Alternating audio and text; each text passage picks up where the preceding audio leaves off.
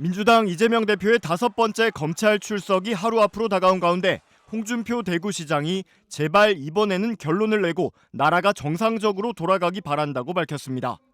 홍준표 시장은 SNS를 통해 정권 교체 후 지난 1년 동안 이재명 비리 수사만 정치의 중심이 되고 자고 일어나면 이재명 대표의 변명과 한동훈 장관의 공격만 나라의 중요 뉴스로 독차지했다며 이같이 말했습니다.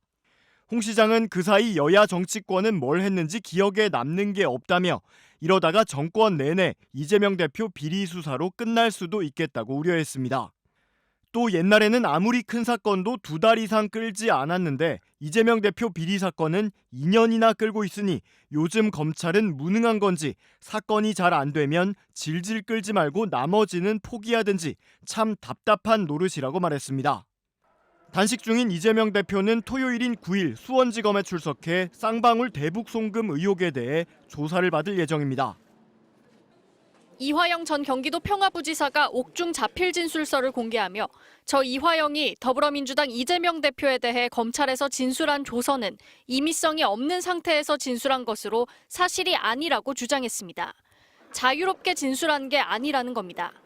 자신과 경기도는 쌍방울 김성태 전 회장에게 북한의 스마트팜 사업 비용이나 방북 비용을 요청한 적이 결코 없다고 강조했습니다.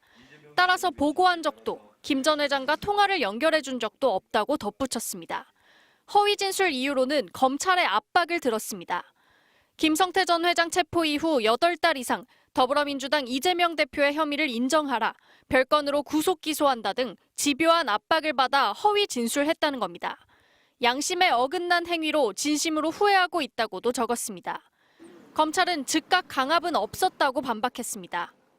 법정에서 이미 그 부분은 자의로 진술하셨고 거기에 뭐 회유라든지 강압이나 이런 것들이 없었다고 본인이 얘기하신 걸로 알고 있습니다.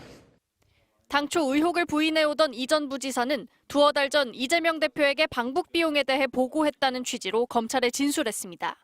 그러자 아내 백모 씨가 강하게 반발하며 검찰과 거래한 변호사를 해임하겠다면서 법정 부부싸움을 벌이기도 했습니다.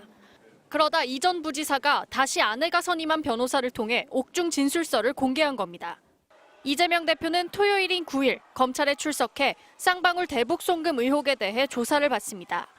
단식이 일주일 넘게 이어지고 있는 가운데 검찰은 형사사법 절차에 따라 피의자 권리나 변호권을 충분히 존중하며 조사하겠다고 밝혔습니다.